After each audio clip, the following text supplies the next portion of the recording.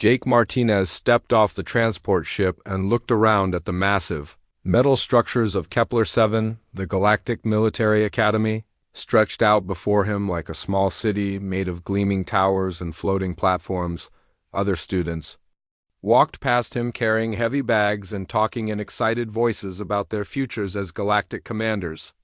Jake just stood there with his single backpack and smiled slightly as the Lofi beats played softly in his neural implants. The other human student, Lisa Wong, rushed up to him looking worried. She had arrived 3 days earlier and already knew where everything was located. Her uniform was perfectly pressed, and her hair was tied back in regulation style. Jake wore his uniform too, but somehow it looked wrinkled even though he had just put it on. "Jake, you need to hurry or we will be late for orientation," Lisa said while checking her watch for the third time. "Commander Vextel does not like students who arrive late, and we are representing Earth here." Jake nodded and followed her through the main entrance. The hallways were filled with students from dozens of different species. There were tall blue Zephyrians with their sharp features and military bearing. Short green mantids clicked their claws as they walked in perfect formation. Crystalline beings that looked like living gemstones floated slightly above the ground. Jake had read about all these species during the flight, but seeing them in person was different. They entered a huge auditorium where hundreds of students sat in perfect rows. Jake and Lisa found seats near the back just as Commander Vextel walked onto the stage. The Zephyrian commander was 8 feet tall with silver skin and eyes that seemed to look right through everyone. His voice carried easily through the room without any amplification. "Welcome to the Galactic Military Academy," Commander Vextel began. "You are here because your species believes you have what it takes to lead in times of war. Most of you will fail. Some of you will barely pass. A few of you might actually become the commanders your worlds need." His eyes swept across the room and stopped for a moment on Jake and Lisa. "This year we have our first students from Earth, a species that has finally proven itself worthy of joining our Federation after many years of observation. Let us hope they can keep up with students who have been preparing for this their entire lives." Several Zephyrian students in the front rows turned to look at Jake and Lisa. One of them whispered something that made the others laugh quietly. Jake just kept listening to his music and watching the ceiling, where small maintenance drones moved in interesting patterns. After the opening ceremony, students were divided into groups for facility tours. Jake found himself walking with a mixed group that included Krell Vorthak, a mantid who had already introduced himself as the top student from his homeworld. Krell walked with precise movements and spoke in a clipped, efficient manner. "So you are one of the humans," Krell said while looking Jake up and down. "I have studied your species' recent military history. Quite primitive compared to galactic standards, but I suppose everyone must start somewhere." "Yeah, we are pretty new to all this," Jake replied without any sign of being offended. He was more interested in watching how the other students moved through the corridors. They all seemed to follow similar patterns even though they came from different worlds. Their tour guide was Dr. Yara Zenith, a crystalline being whose body reflected light in beautiful rainbow patterns as she moved. She showed them training facilities, simulation rooms, and libraries filled with military knowledge from across the galaxy. When they reached the Tactical Simulation Center, she stopped and gestured toward rows of complex computer interfaces. "This is where you will spend most of your time," Dr. Zenith explained. "These simulators can recreate any battle scenario from galactic history. They can also generate new situations based on current strategic theories. Your performance here will determine your final rankings." Krell stepped forward and examined the nearest simulator with obvious interest. "How often do first-year students get to use the advanced scenarios?" he asked.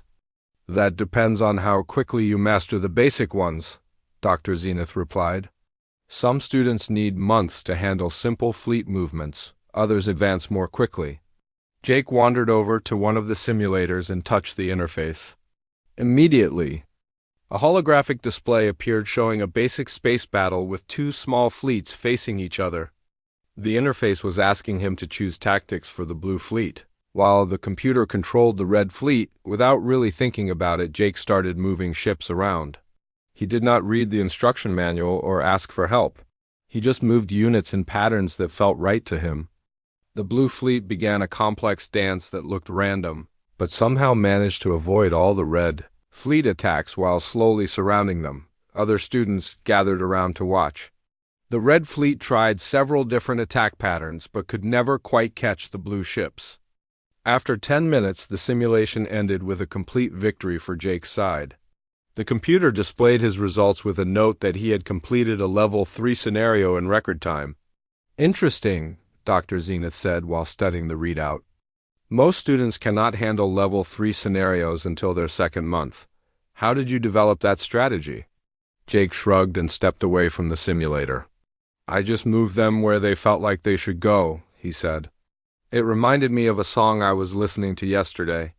Several students laughed at this answer. Krell shook his head in obvious disapproval. "Military strategy is not about feelings or music," he said.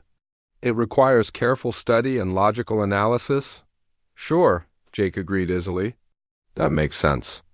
The tour continued, but Jake noticed that other students kept glancing at him with expressions ranging from curiosity to dismissal.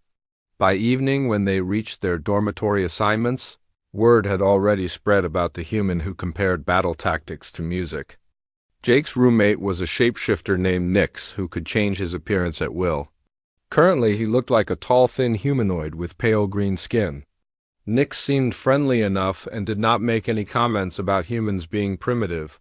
"So what kind of music do you listen to?" Nix asked while they unpacked their belongings. "Mostly Lofi hip-hop," Jake replied. "It helps me think. Never heard of it." "Is it some kind of human war music?" Jake laughed. "Not really. It is just relaxing background music with simple beats and melodies. Some people study to it." That night, Jake lay in his narrow dormitory bed listening to his music and thinking about the day. Everyone at the academy seemed very serious and focused on proving themselves. They studied constantly and spoke about military history like it was sacred knowledge. Jake understood why they took it seriously, but he could not help feeling like they were all missing something important. Through his small window, he could see other dormitory buildings lit up with students staying awake late to study. Lisa was probably one of them, reading through tactical manuals and memorizing the names of famous commanders. Jake hoped she would do well. Earth needed someone like her to succeed at places like this, but as he drifted off to sleep with soft beats playing in his ears, Jake wondered if maybe Earth needed different kinds of people too. People who could see patterns that others missed. People who could find rhythm in chaos. People who did not always follow the rules that everyone else thought were so important. Tomorrow would bring their first real classes, and Jake had no idea how he would handle advanced military theory or galactic history. But he was looking forward to finding out what kinds of patterns were hiding in all that complexity. 3 weeks into their first semester, Jake had already failed 2 major tactical assessments and barely passed a third. His scores in galactic military history were even worse because he kept falling asleep during lectures about ancient wars between species he had never heard of. Lisa tried to help him study, but Jake seemed more interested in watching the patterns that maintenance drones made as they cleaned the dormitory windows. "You are going to get kicked out if you do not start taking this seriously," Lisa warned him during one of their study sessions in the library. She had spread tactical manuals across their table and was trying to explain basic fleet formations.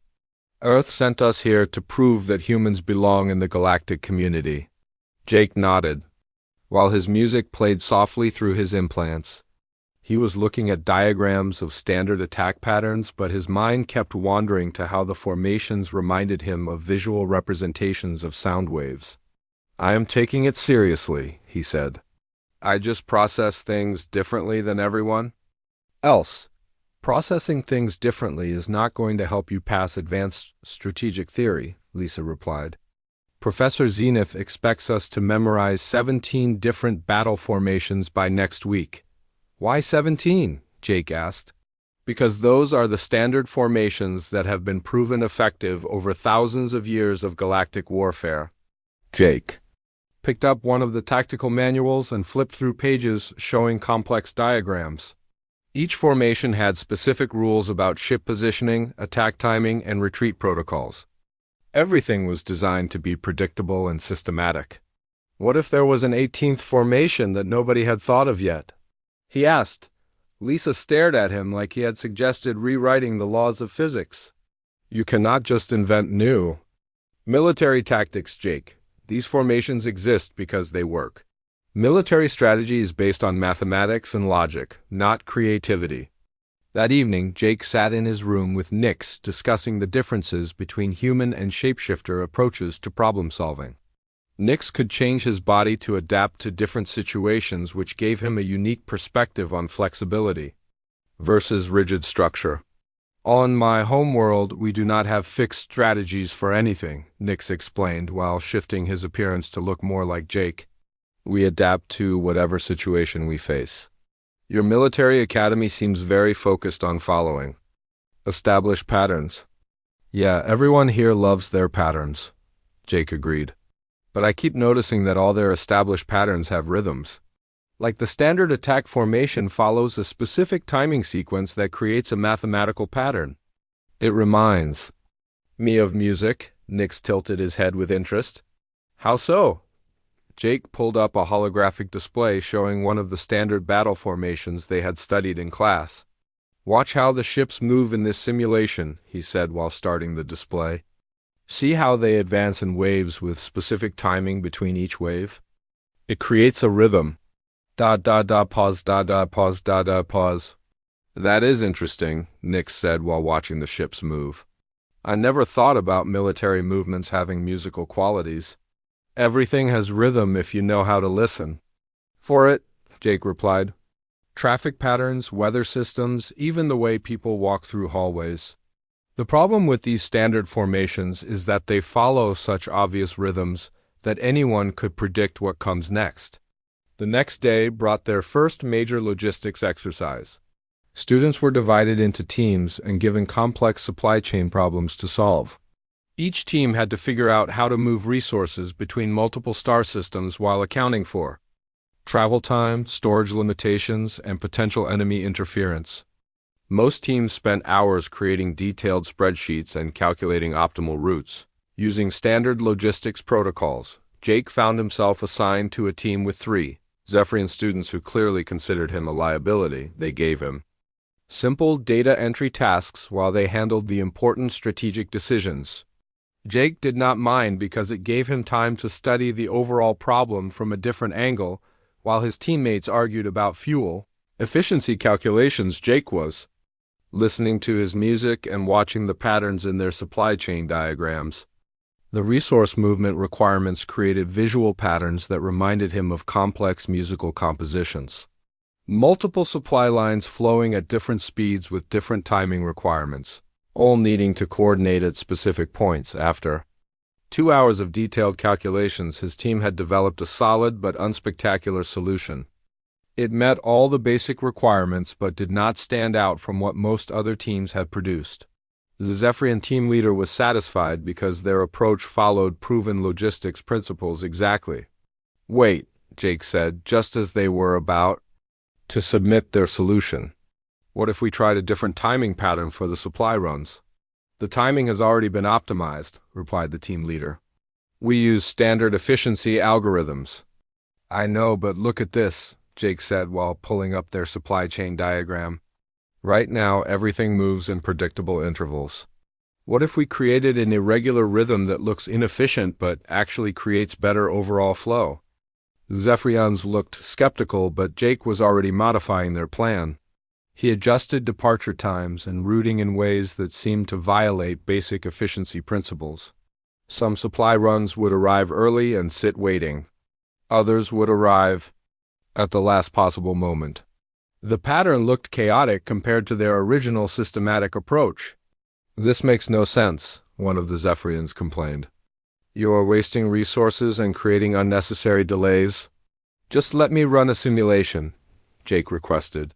He fed their modified plan into the logistics computer and waited for results. The simulation ran their new supply pattern through various scenarios including equipment failures, route blockages, and enemy attacks. What happened surprised everyone, including Jake. Their irregular timing pattern proved more resilient than standard approaches because when problems occurred, the flexible timing allowed the system to adapt without complete breakdown. Their team scored in the top 5% of all submissions.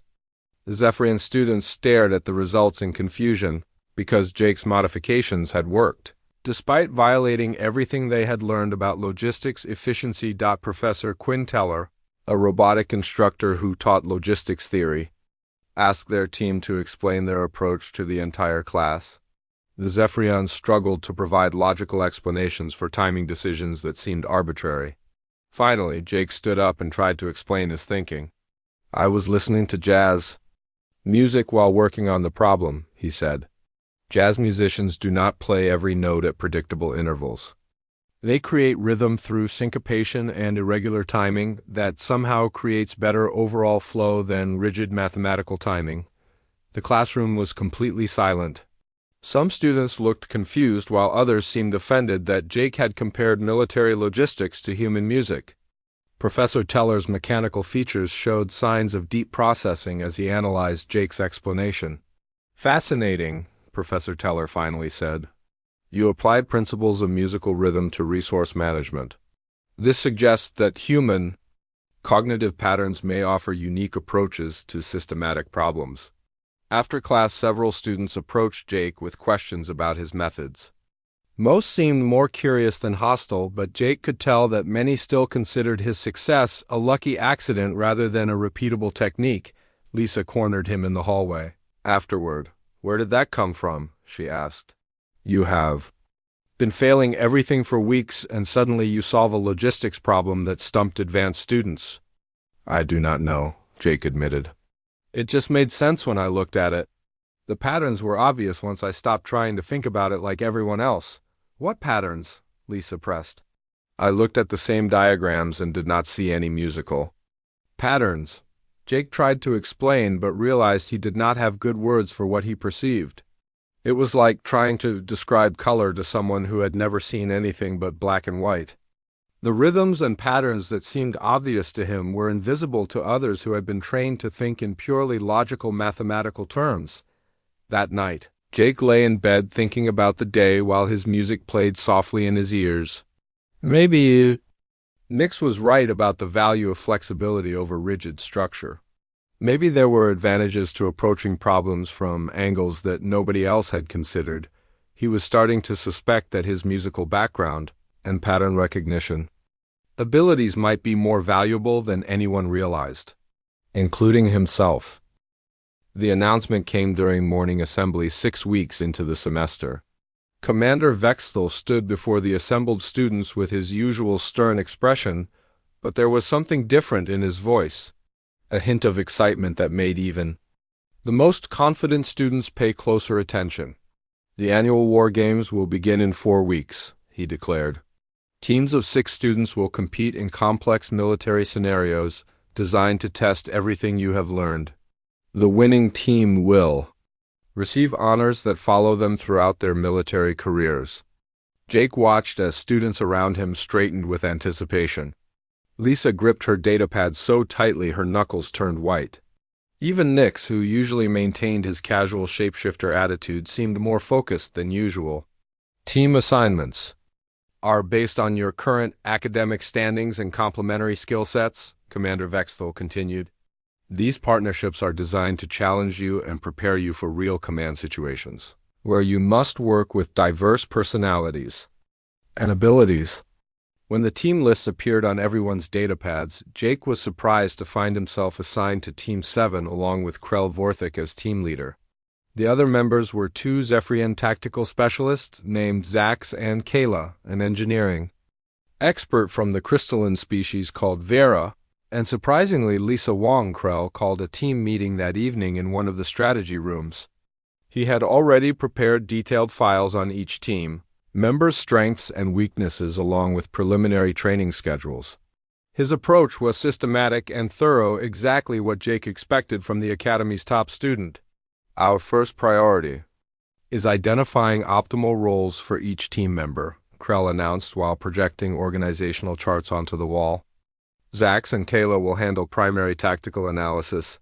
Vera will manage technical systems and engineering solutions. Lisa will coordinate communications and intelligence gathering. He paused and looked at Jake with obvious uncertainty. Jake, your role is less clear based on your academic performance. Perhaps you can serve as backup support for whichever area needs additional assistance. That works for me, Jake replied without any sign of being offended. He was more interested in studying the tactical scenarios that Krell had loaded into their practice simulator.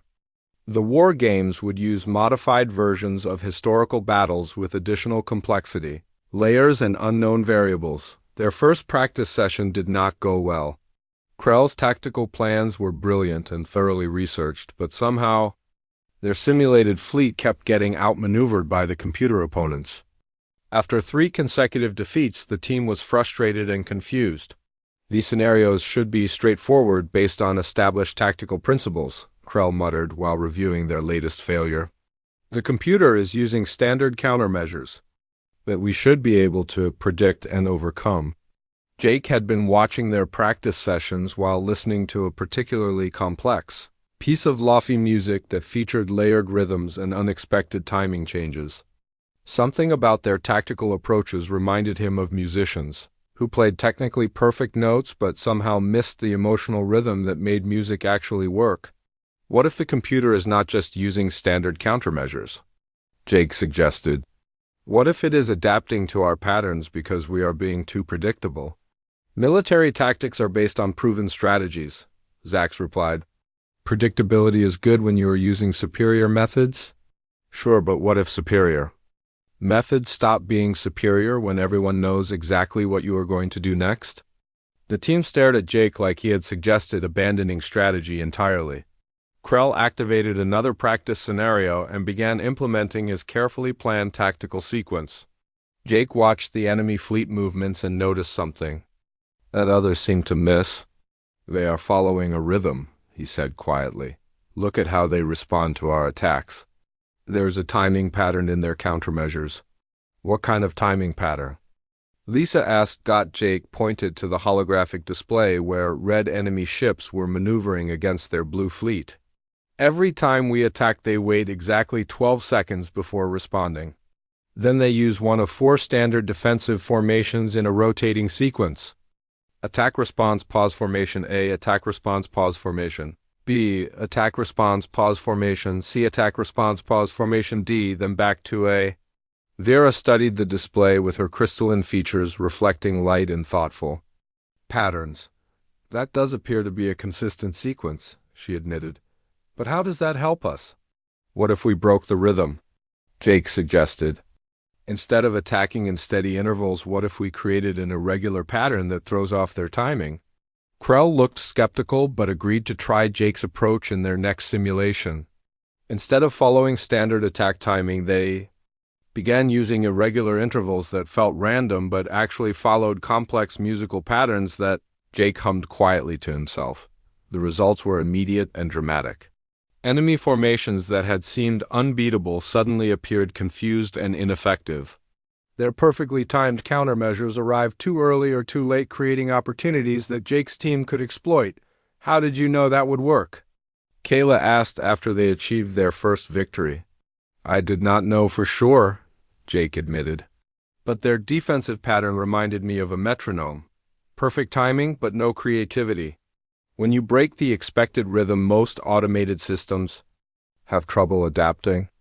Over the following weeks, their team practiced scenarios using increasingly complex timing variations.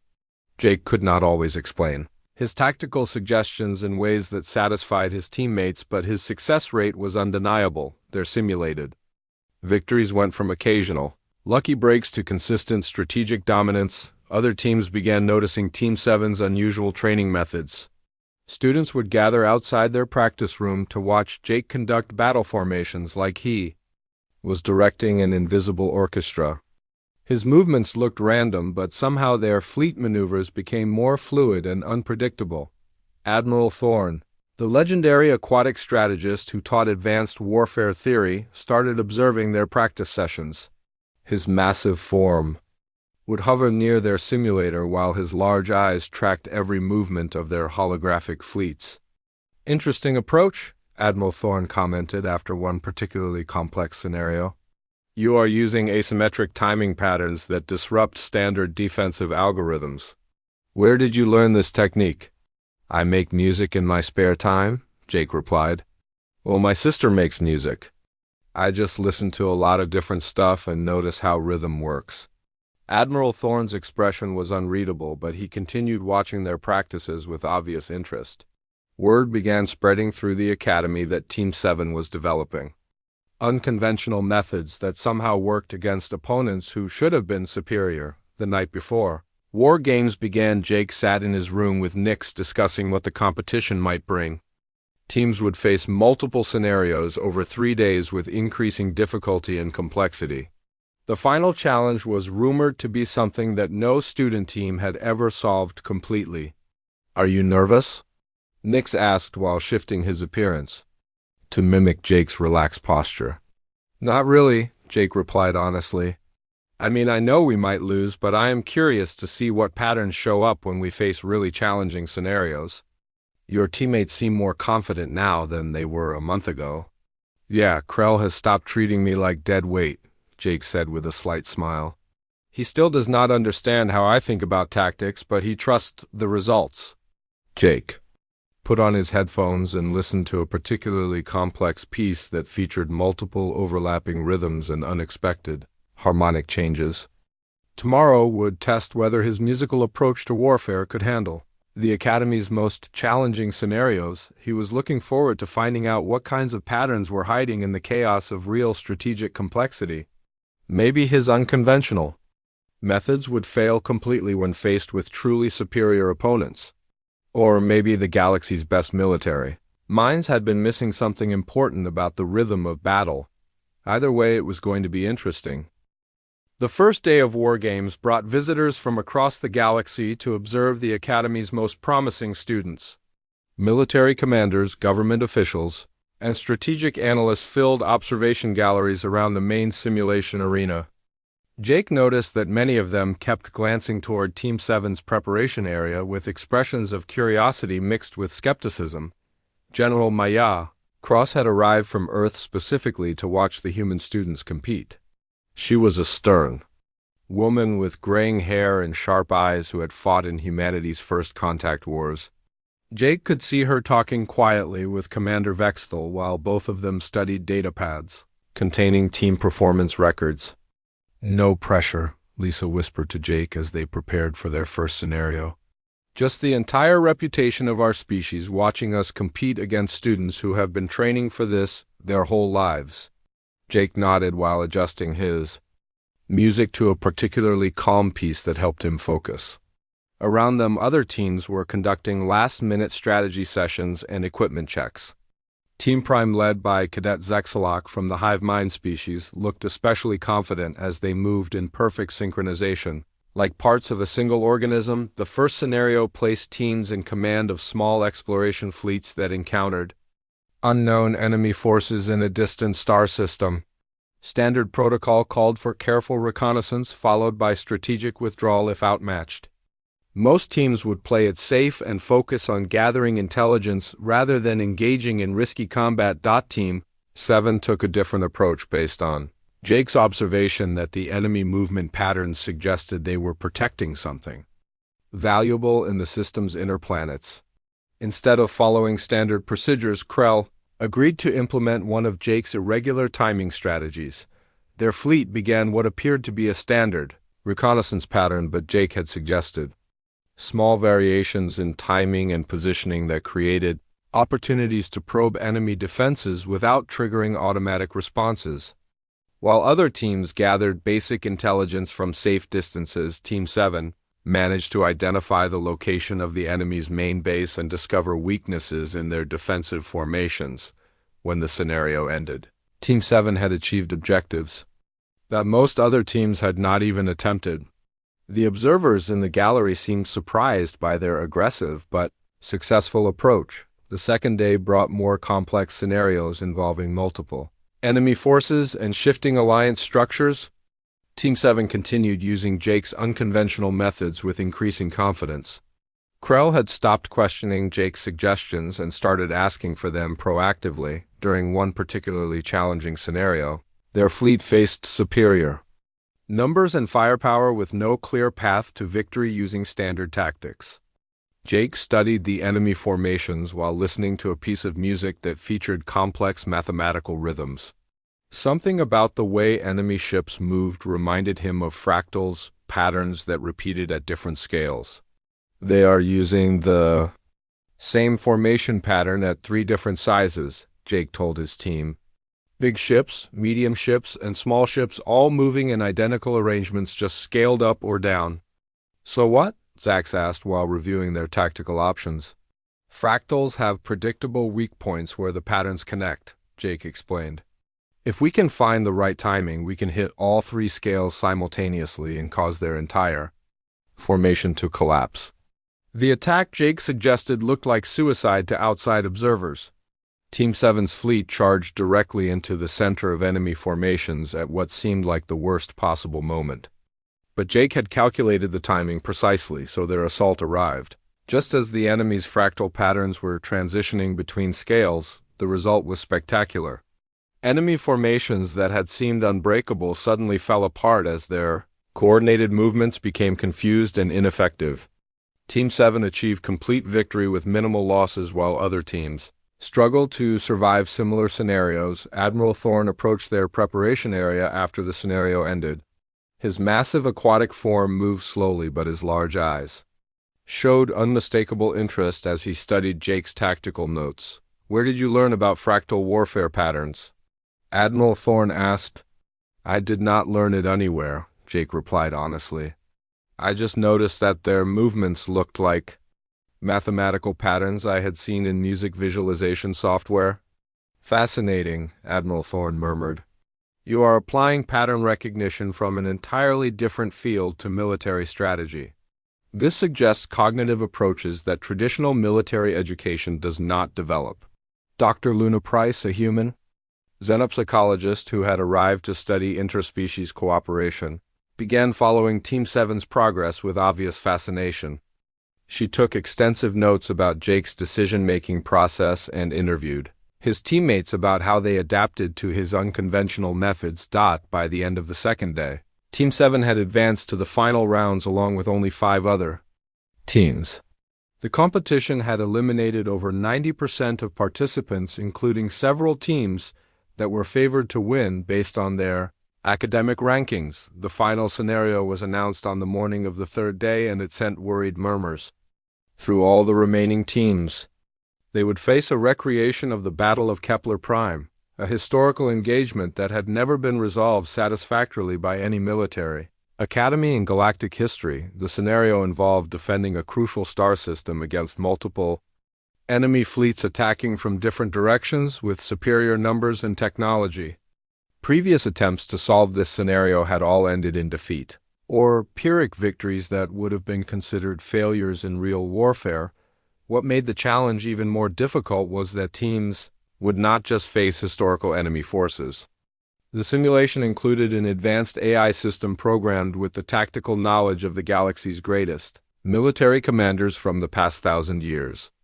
It could adapt to any strategy and counter any conventional approach. Fleet Admiral Kes Vorthel himself had arrived to observe the final challenge. The legendary Zephyrian commander was considered one of the greatest strategic minds in galactic history, and his presence made every student nervous. He sat in the central observation gallery with an expression of cold interest as he watched the teams prepare. Jake spent the preparation time listening to his most complex music while studying the scenario parameters. The Battle of Kepler Prime involved so many variables and potential outcomes that most strategic approaches would fail simply due to the impossibility of calculating optimal solutions. "This is not really about tactics," Jake told his team as they reviewed their options. "The AI can counter any tactical approach we try, but it is think in logical sequences and mathematical patterns." "What are you suggesting?" Krell asked. "What if we do not try to beat the AI with better tactics?" Jake said. "What if we play music instead of war?" His teammates stared at him with expressions ranging from confusion to concern. Lisa looked like she was wondering whether the pressure had finally broken Jake's mind. "Explain what you mean by playing music?" Vera requested in her careful crystalline voice. Jake pulled up the scenario display and began pointing out patterns in the enemy fleet arrangements. "Look at how the AI organizes its forces. Everything follows logical mathematical relationships. Ship spacing, attack timing, resource allocation. It is like a very complex but predictable song." "And you think you can conduct a better song?" Krell asked. "I think I can conduct chaos," Jake replied with a slight smile. "Something so irregular and unpredictable that the AI cannot find patterns to counter." The final battle was about to begin, and Jake was preparing to test whether musical chaos could defeat the accumulated strategic wisdom of galactic civilization. Jake removed his headphones for the first time since arriving at the academy and placed them carefully on the table beside their tactical display. The silence felt strange after months of constant music, but he could now hear something that had been building in his mind throughout the competition. The rhythm of battle itself, flowing through ship movements and strategic timing like an invisible symphony. "I do not need the music anymore," he told his teammates quietly. "I can hear the patterns directly now." Krell looked uncertain but nodded.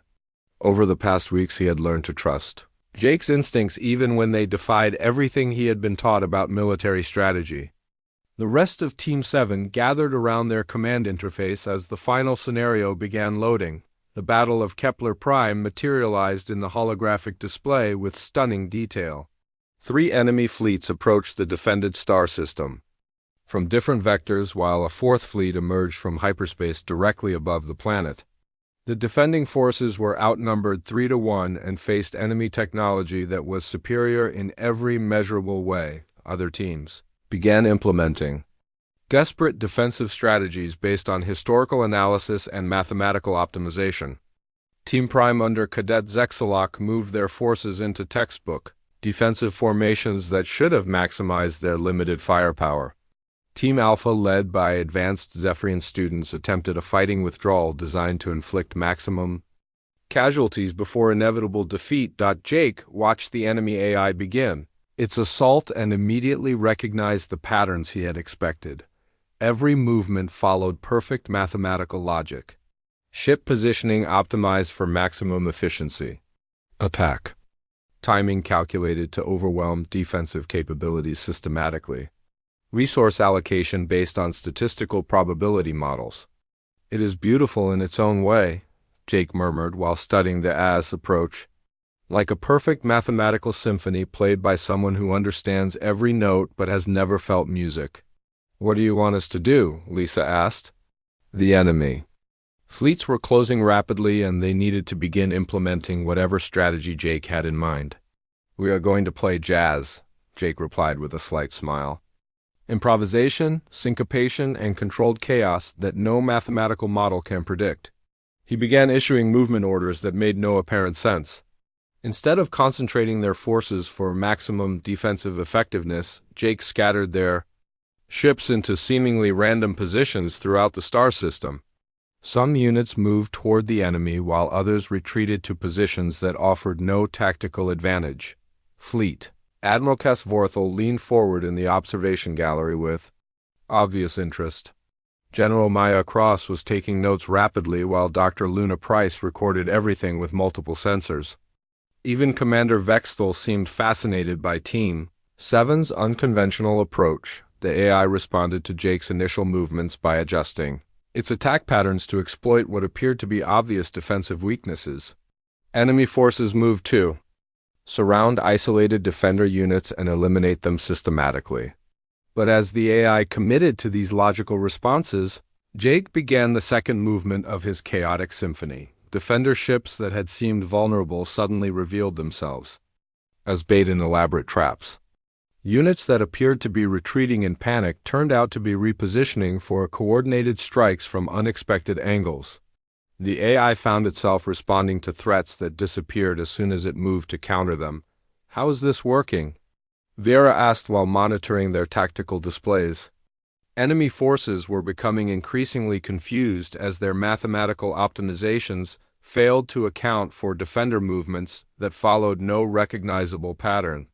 "The AI is trying to find the logic in our strategy," Jake explained while orchestrating another series of seemingly chaotic maneuvers. "But there is no logic to find. We are following musical patterns that feel right rather than tactical patterns that make mathematical sense." Team 7's defender fleet began flowing through the battle space like water finding unexpected paths through a maze. Individual units moved in ways that looked random but somehow combined into larger movements that created opportunities where none should have existed. Enemy formations designed to counter every known tactical approach found themselves facing something entirely outside their programming parameters. The AI made increasingly desperate attempts to regain control of the battle.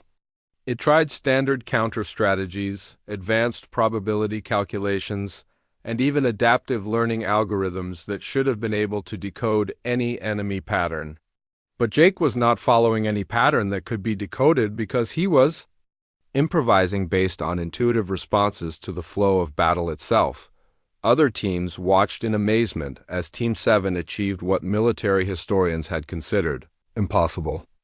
The Battle of Kepler Prime scenario was designed to be unwinnable, but somehow Jake's chaotic approach was creating victory from certain defeat.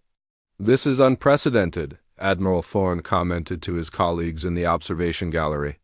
"The human student is not defeating the AI through superior tactics. He is defeating it by refusing to engage in tactical thinking at all." In the final phase of the battle, Jake conducted his forces like a master musician building toward a crescendo. Every ship movement contributed to a larger rhythm that the AI could sense but not understand. Defender forces that had seemed hopelessly scattered suddenly converged from multiple directions in perfectly timed strikes that overwhelmed enemy positions. The AI's mathematical perfection became its weakness as Jake's unpredictable timing created windows of opportunity that pure logic could not anticipate.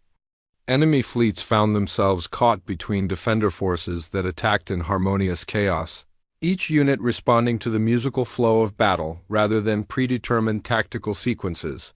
When the simulation ended, Team 7 had achieved complete victory with minimal losses.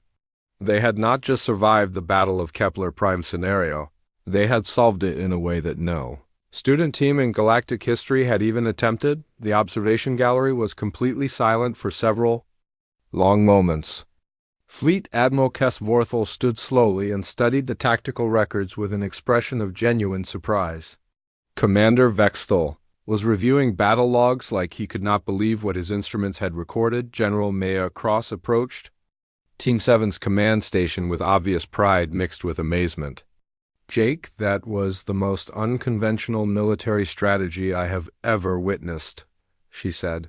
"How did you know it would work?" "I did not know," Jake admitted while putting his headphones back on. "I just trusted the rhythm and improvised from there." Sometimes the best strategy is not having a strategy that anyone can predict. Dr. Luna Price was already preparing research proposals to study Jake's cognitive patterns and their potential applications to military training. Admiral Thorne requested copies of all tactical records so he could analyze Jake's methods for possible inclusion in advanced strategy curricula, but Jake was not thinking about fame or academic recognition. He was thinking about returning to Earth and teaching other humans to find their own unique approaches to solving impossible problems. The galaxy had spent thousands of years perfecting logical mathematical approaches to warfare, but maybe there was value in perspectives that emphasized creativity over calculation. 6 months later, Jake stood in front of a classroom at Earth's new Strategic Innovation Institute, watching young human officers learn to find patterns in chaos and rhythm in complexity. They studied traditional military tactics, but they also learned to trust their intuition and embrace unconventional thinking. The galaxy's military academies had begun incorporating human-style pattern recognition into their training programs. Other species sent observers to study Earth's new approaches to strategic education. What had started as humanity's token participation in galactic military Culture was becoming a revolution in how the galaxy thought about the art of war. Jake put on his headphones and smiled as he watched his students discover their own unique ways of seeing patterns that others missed. The quiet human who had once been dismissed as Earth's charity case was now teaching the galaxy that sometimes the most powerful strategies came not from perfect logic, but from the beautiful unpredictability of creative minds finding rhythm in chaos.